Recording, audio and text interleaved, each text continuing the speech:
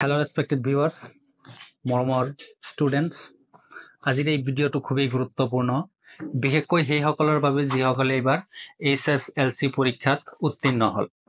তোমালোকৰ কাৰণে এইটো ভিডিঅ' ইমানেই ইম্পৰ্টেণ্ট যে তোমালোকে হয়তো ভাবিছা যে মেট্ৰিক পাছ কৰিলোঁ, এতিয়া আমি কোনটো বিভাগত যোৱা ভাল, কোনটো ৰাস্তাত গ'লে আমাৰ বেছি লাইফটো সুন্দৰ হ'ব।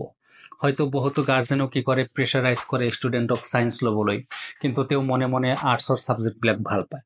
কিছুমানে হয়তো আকৌ ছায়েন্সৰ ছাবজেক্টবিলাক ভাল পায়, তেওঁক জোৰ জবৰদস্তি কি কৰা হয়, আৰ্টছ পঢ়োৱা হয়।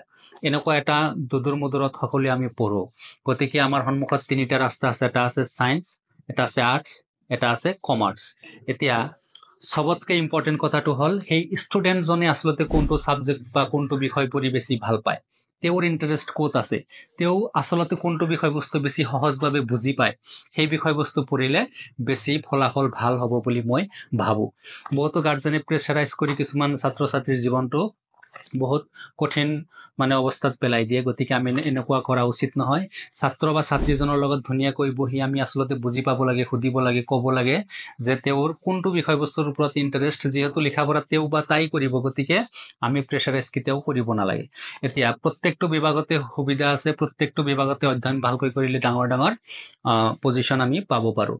বহুতে হয়তো ভাবে যে কেৱল ছায়েন্স পঢ়িলে মানুহ ডাঙৰ হয়, এনেকুৱা নহয়। আৰ্টছ পঢ়িও মানুহ বহুত ডাঙৰ ডাঙৰ চৰকাৰী চাকৰি বা ডাঙৰ ডাঙৰ পজিশ্যনত যাব পাৰে।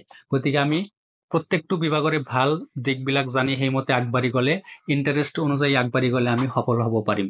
যিবিলাক ছাত্ৰ ছাত্ৰীৰ ষ্টেটিষ্টিক্স বা বেংকিঙৰ প্ৰতি ইণ্টাৰেষ্ট বেছি বা সেইবিলাক বস্তু বেছি ভালকৈ বুজি পায়, তেওঁ কমাৰ্চ পঢ়িব পাৰে।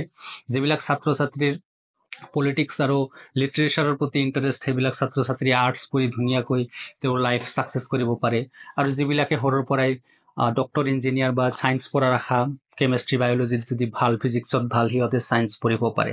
কিন্তু আমি গাৰ্জেন হিচাপে মেট্ৰিকৰ ফলাফল চাই আমি কেতিয়াও ষ্ট্ৰীম চুজ কৰিব নালাগে। হয়তো কেতিয়াবা মেট্ৰিকত আমি ডিজাৰ্ভতকৈ বেছি মাৰ্ক পাই যাওঁ। হয়তো এজন ছাত্ৰই 60% ডিজাৰ্ভ কৰে, তেওঁ 70% বা 80% পাই গ'ল। গতিকে সেই হিচাপত আমি কেতিয়াও ডিচিশ্যন ল'ব নালাগে যে তেওঁ ছায়েন্স পঢ়িব বা আৰ্টছ পঢ়িব বা কিবা পঢ়িব।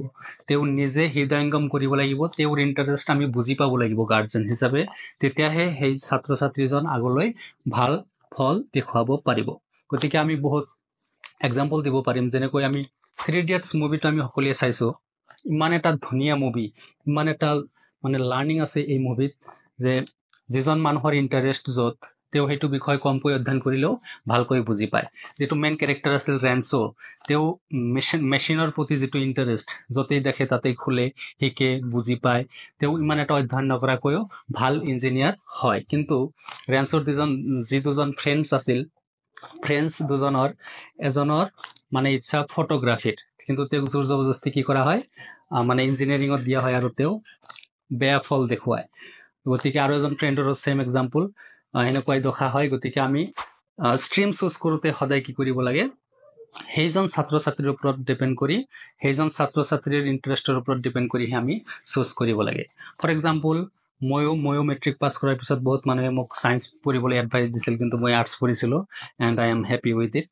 গতিকে তোমালোকে কি কৰিবা, নিজৰ ইচ্ছা অনুযায়ী নিজৰ যিটো বিষয়বস্তুত ভাল লাগে, পঢ়ি ভাল লাগে, বুজি ভাল লাগে, তোমালোকৰ আশা আছে বা ইচ্ছা আছে, বা তোমালোকৰ বিলিভ আছে, তোমালোকৰ এটা উইচ আছে, সেইটো বিষয়ে তুমি আগবাঢ়ি যাই তুমি ছাকচেছ হোৱা।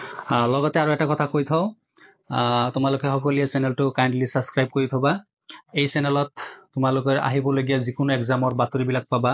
তাৰপিছত কম্পিটিটিভ এক্সামৰ বিষয়ে যিমান যি আছে, জেনেৰেল নলেজ, ইংলিছ, মেথছ, সকলো বিষয়ৰ ওপৰত ভিডিঅ' বনোৱা আছে, তোমালোকে ভিডিঅ'বিলাক চাবা।